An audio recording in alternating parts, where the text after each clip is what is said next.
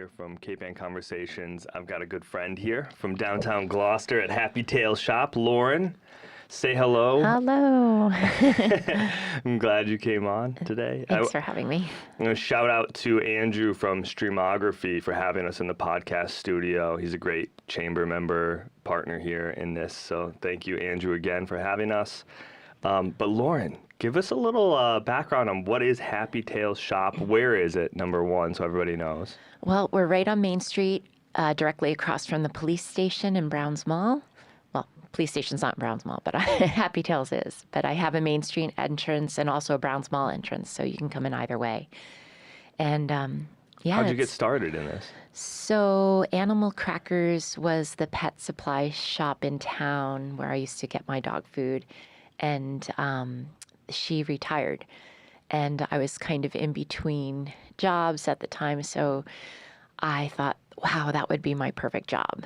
I love animals. I have 2 dogs, and I used to own a business in Gloucester, and I miss being part of the community that way.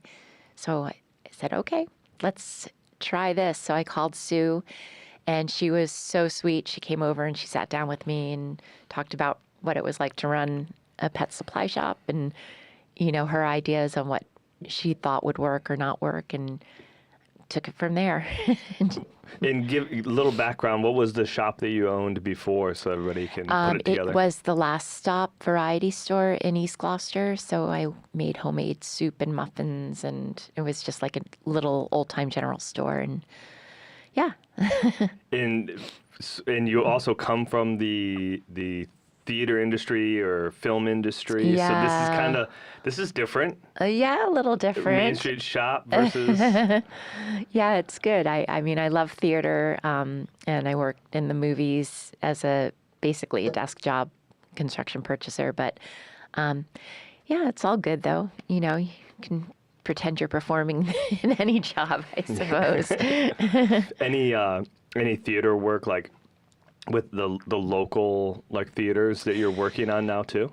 Not right at the moment. COVID kind of like brought our theater company to an end, but I have some friends. We get together and read, and we hope to get back into actually doing productions at some point. So that would be fun to see you do. Yeah. So also you have 2 dogs today. Tell us about them. Okay. One is Tulia Theodora. She's 8. She's a border collie mix and does not like other animals, but I adore her. And then my boy is 4. His name is Captain Theodore Quint, and he is a 100-pound husky Catahoula leopard dog mix. They're both rescues. And he's just the sweetest thing, but you know, he's just a giant goof. That's awesome. So you mentioned Animal Krackers, and you were buying your food there, and so they're closing down, and you're just sitting here going like, okay, well, where do I get my food again? Yeah, exactly. And you're like, I have to open a store. I know. Who does that, right? Like, I know. Yeah. So I like I said, in between the movies, got quiet and slow, and I needed to rethink my life and what I'm going to do. And then when Sue said she was retiring, I was like, this is my perfect job. I can see dogs all day. I can be around people. I can buy fun things to sell. And, you know, I get to go shopping to sell. Yep. So all those things were kind of fun. And my shop is a little bit different. It's like more like a boutique. So it's not just food and treats. We've got all of that. We also have giftware for people that love animals. We've got dog clothes. I have a huge obsession with collars. So there's a million collars to choose from, and leashes and blankets and beds. And then hopefully next month, we're going to be putting in a self-wash dog station. I have the tub already and just waiting on the plumber. And once that's in, you can come in and bathe your dog for a small fee. Yeah. No, that's nice. I mean, when we had our chocolate lab, I'd have to wash her like in the tub in the house with the long wand. And then after, it was like, if I let her try to get out of this tub and get outside to dry her off, she would have shaken off twice. Yeah. And so I'd pick her up, and she's a chocolate lab. She's probably 70 pounds. And I'd pick her up and I'd carry her outside so she wouldn't shake off in the house. So, like, I've used one of those before. They're the best. They're life-changing. They are. Especially when you're, like, going down to buy something anyways, like food or treats or Right. whatever you're already kind of doing, once a week, once a month, whatever your turn Exactly. is. And I know, like, I go to Robin's with my dogs to get them groomed, and they've been so busy. So if, like, you can't get an appointment and you just need a quick bath, that's, in between groomings, it's a good alternative to have that. Yeah. A good option. That's great. Yeah. So We were talking before this also, some of the products you're also sourcing locally. I'm trying to get as many local people's products in as possible. I just got the line Totally Hooked, which is a Gloucester created dog treat, which is minnows and krill and scallops, and they smell disgusting, but the dogs love them, and they're really well made. It's just a single ingredient, so there's nothing bad in them. And then, I have a guy that makes homemade rope leashes. I'm going to be carrying his stuff, so I'm trying to find a lot of local people that I can help promote their products as well. That's great. Yeah. That's kind of what it's all about is, you can go to Petco and you can find the same leashes that you can order online, and they mean really nothing. It's just a leash to have a leash. But when you can find stuff in your shop that you can't find anywhere else, Exactly. and then it's made and it's supporting somebody else locally as well, that's a real difference maker. And the thing is, you're not going to get every customer, but you're going to get the right customers. You're going to get the customers that want to buy local, and therefore they usually will pay a fair price. A quick little great story about how I love Gloucester and the people, and I missed my old business. I opened right before Halloween and was very excited about the holiday season, and it was busy up till then. The week before Christmas, I got COVID, and I'm just like a one-woman show, so I had to shut down the shop for the week before Christmas. So I left a sign on the door saying I would be open on Christmas Eve, that my quarantine would be up and I could be back at work. So many people waited until Christmas Eve, and they came back and did all of their gift pet shopping on Christmas Eve at my shop. So I had like my best day ever, and I was so thankful. And it was just, that's the amazing thing about Gloucester, Yep. or being part of a small community. Yeah. Did you end up doing a ribbon cutting with the chamber? I did. That's exciting. Yeah. It was Steve fun. come and do that with you, Steve Buckley? Yeah, yes. Good. Yeah, it was great. So what's going on in the future here? I think you're working on some adoption So processes. I contacted Cape Ann Animal Aid, and we are going to actually have hopefully do it once or twice a month, where they will bring a pup in that is looking for a home. And so we'll have a puppy meet and greet. You can come in and sit on the sofa and meet the dog and bring your family and see if it's a good fit for you. And then hopefully we can help get some homes for these pups that need a place.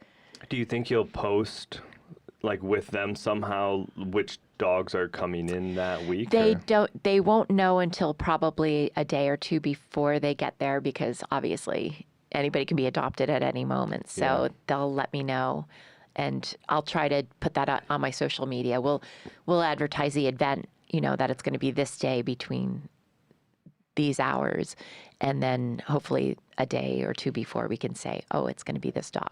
That's fun. Yeah. It's good. That's good social media stuff too.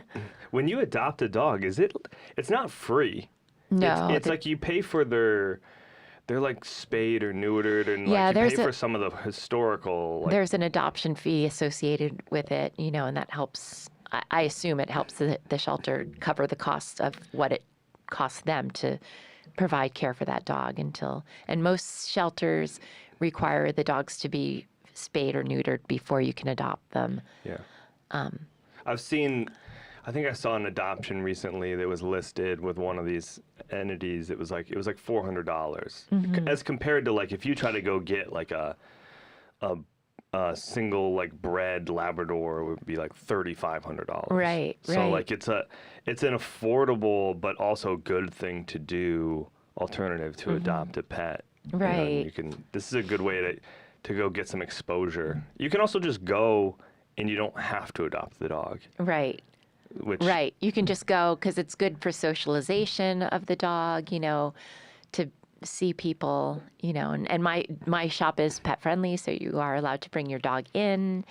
And so, yeah. I have a question for you. This might be a little random, but will you ever sell your products online, or will you only sell in the store?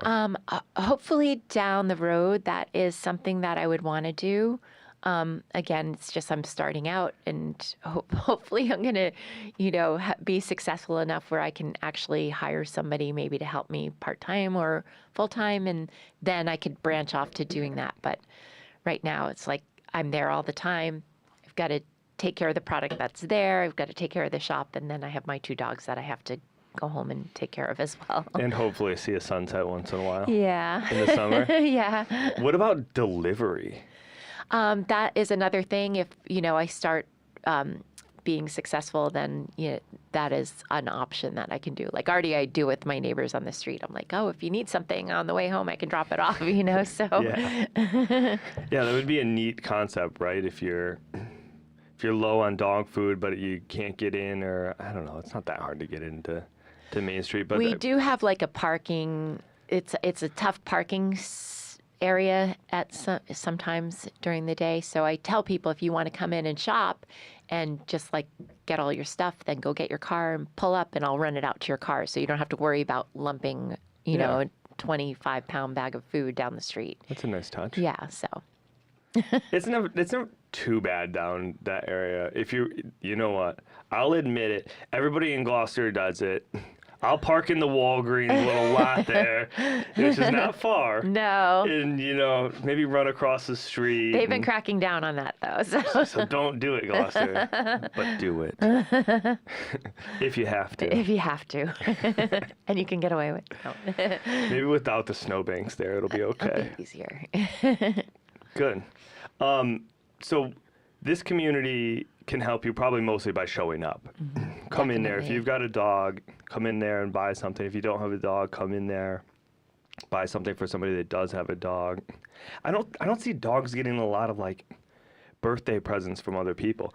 We could change that. Like dogs deserve it. Some I kids have a don't deserve whole it. table, like the end of the table where there's party hats and dog birthday treats, and then I have the bakery with cakes and the happy birthday dog bones. So, and surprisingly, a lot of people do come in for their dog's birthday. Yeah. I had a woman come in and she bought all these party favors for the dogs that were coming to her dog's birthday party. And we set them all up so each had a hat and a treat. And It's a good time. I mean, dogs, like the population of dog ownership exploded during COVID. it did. There's underserved. And I heard today that the Shaws by the railroad's closing. I heard that too. It's awful. It's one less place to go get your dog I food, know. but could be good for you. Yeah, you never know. So we'll see. Fingers crossed. But I think that's the biggest thing at this point.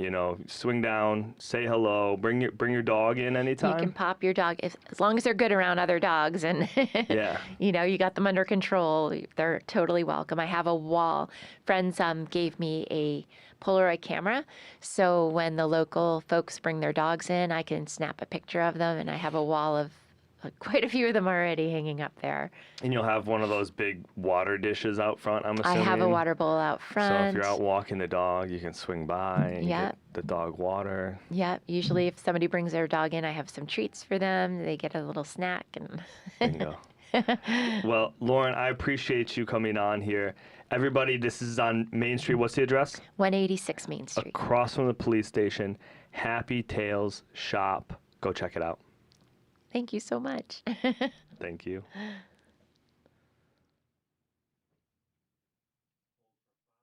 Hi there. I'm Lauren from Happy Tails Shoppe in Gloucester.